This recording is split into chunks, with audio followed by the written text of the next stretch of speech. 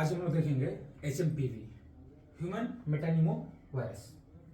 इससे पहले हम थोड़ा सा इंट्रोडक्शन देख लेते हैं। मेरा नाम डॉक्टर अफजल अली है। आप अलहैदर हेल्थ केयर के यूट्यूब चैनल को देख रहे होंगे।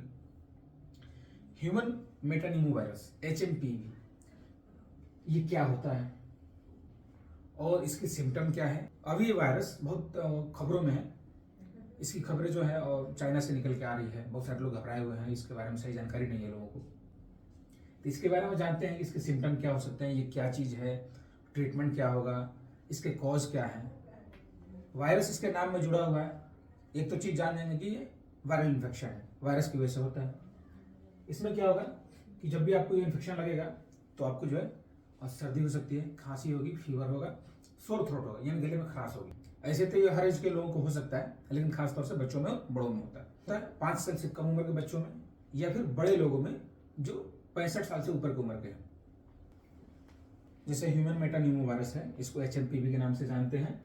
ये RSV ग्रुप का वायरस है, रेस्पिरेटरी सिंसियल वायरस, जो कि है न्यूमोवायरस फैमिली का। ये दोनों जो वायरस है, रेस्पिरेटरी सिंसियल वायरस और ह्यूमन मेटानिमो वायरस, दोनों ही न्यूमोवायरस फैमिली का वायरस है। क्या करते हैं ज्यादातर, ये अपर एंड लोअर रेस्पिरेटरी ट्रैक्ट का इन्फेक्शन कराते हैं, जिसमें आपको खांसी हो सकती है, बुखार हो सकता है, सर्दी हो सकती है और गले में खराश हो सकता है, सोर थ्रोट हो सकता है। जनरली जो है ये बच्चों में होता है, इसको जो है और बड़ों में होता है। वैसे लोग जिनकी उम्र ज़्यादा हो चुकी है, वैसे हर एज में हो सकता है। पहली बार इसको जो है 2001 में डिस्कवर किया गया था इसको, लेकिन कुछ स्टडी का मानना है, कुछ रिसर्च का मानना है कि ये 50 साल से ज़्यादा पुराना वायरस है। यह हमने देख लिया 5 साल से कम उम्र में होता है। और जो है ये वायरस जो है सांस से रिलेटेड जितने भी इन्फेक्शन होते हैं उसमें से 10 में से एक ये कॉज करता है। जैसे कि 10 रेस्पिरेटरी इन्फेक्शन है, उसमें से एक जो है ये कर सकता है, HMPV कर सकता है। कौन से ऐसे लोग हैं जिनको ह्यूमन मेटानिमो वायरस का ज़्यादा रिस्क है, इसके होने का खतरा ज़्यादा है, HMPV का होने का खतरा ज़्यादा है। पहले हमने बताया था कि एक तो है जो उम्र जिनकी कम है, जैसे 5 साल से कम है, या जो न्यू बर्न है, जो तुरंत पैदा हुए हैं, या ऐसे लोग जो 65 साल से ऊपर उम्र के हैं, या ऐसे लोग जिनको अस्थमा है और वो स्टेरॉइड ले रहे हैं, या ऐसे लोग जो COPD है, chronic obstructive pulmonary disease, COPD है, वैसे लोग, या फिर ऐसे लोग जिनको पहले से कैंसर है, HIV है, या कोई ऑर्गन ट्रांसप्लांट हुआ है जिसकी वजह से उनका इम्यून सिस्टम कमजोर पड़ गया है, उनको ये होने का खतरा ज्यादा रहता है। एक चीज और जानना है कि आखिर ये फैलता कैसे। वैसे ही फैलेगा, जैसे कोई खांस रहा है, बलगम के थ्रू फैल जाएगा, छींक रहा है, छींकने के थ्रू फैलेगा, या फिर हमने खांसा हाथ पे और ऐसे किसी चीज को छू दिया, आपने उसी चीज को उठा के अपने हाथ में छू लिया, फिर उसे मुंह छुआ, आंख को छुआ, नाक को छुआ, इससे इन्फेक्शन फैल सकता है। या फिर दरवाजे की कुंडी से फैल सकता है, या फिर ऐसी कोई चीज, जैसे हमने पेन लिया हुआ है, हमने खांसा और हाथ से, इसी हाथ से पेन छू, जैसे आप भी पेन छुए, पेन छूने के बाद आप अपने हाथ को जो है मुंह तक ले गए और आंख को टच किया, नाक को टच किया, जिसकी वजह से आपको ये इन्फेक्शन लग सकता है। इसके सिम्टम क्या होंगे, जब बीमारी हो जाएगी तो सिम्टम क्या होंगे। सिम्टम में पहले हमने बात किया कि खांसी होगी, इसके बाद क्या होगा, फीवर हो सकता है, सोर थ्रोट होगा, शॉर्टनेस ऑफ ब्रीथ होगा, लेगा नहीं, जल्दी जल्दी अपनी सांसें लेगा। क्लिनिकल सिम्टम है बाकी के जो अपर एंड लोअर रेस्पिरेटरी ट्रैक्ट के इन्फेक्शन होते हैं उसी की तरह से, जैसे निमोनिया है या फिर आपको ब्रोंकाइटिस है, वैसे ही सिम्टम आपको दिखेंगे। इसका इंक्यूबेशन पीरियड क्या है, 3 से 6 दिन का है, लेकिन ये हर एज के लोगों के लिए या फिर अलग अलग लोगों में अलग अलग हो सकता है। इसकी सिविरिटी जो है, ऐसा नहीं है कि हमको जितना होगा इन्फेक्शन उतना आपको भी होगा, ये फिर दूसरे किसी को होगा, और सिविरिटी जो है अलग अलग हो सकती है। हो सकता है किसी को ज्यादा इफेक्ट करे, किसी को थोड़ा कम इफेक्ट करे।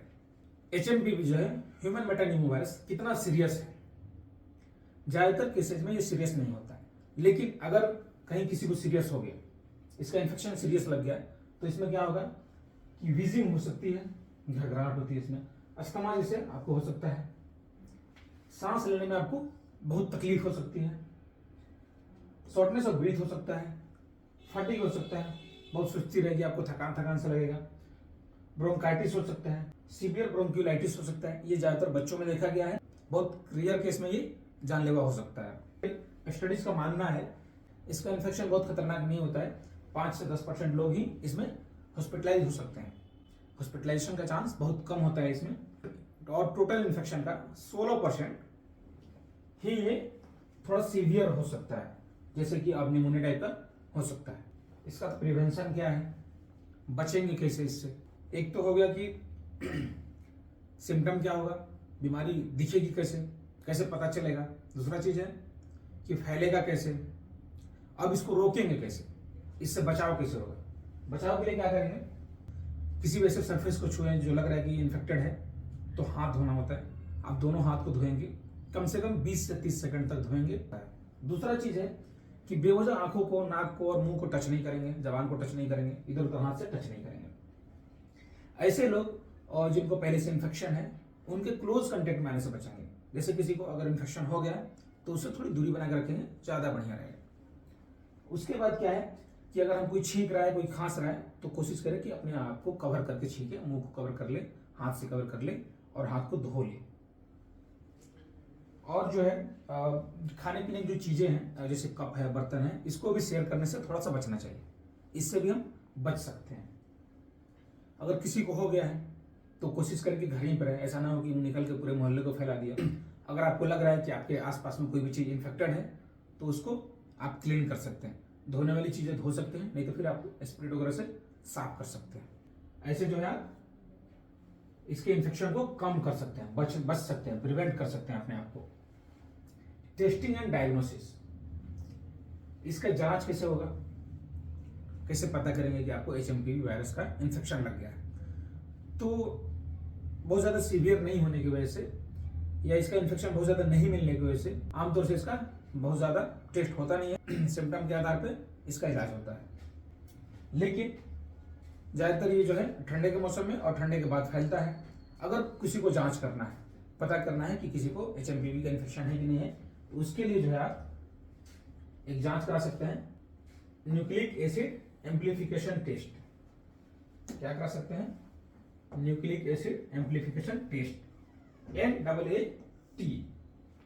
इससे आपको क्या है, वायरल जीनोम का पता चलेगा। एक और जांच करा सकते हैं, इम्यूनोफ्लोरोसेंस, या फिर आपको एंजाइम इम्यूनोएसिस से, रेस्पिरेटरी सेक्रेशन से, यानी कि रेस्पिरेटरी ट्रैक्ट से कोई सेक्रेशन आ रही है, बलगम आ रहा है, तो उससे जो है वायरल एंटीजन का पता कर सकते हैं।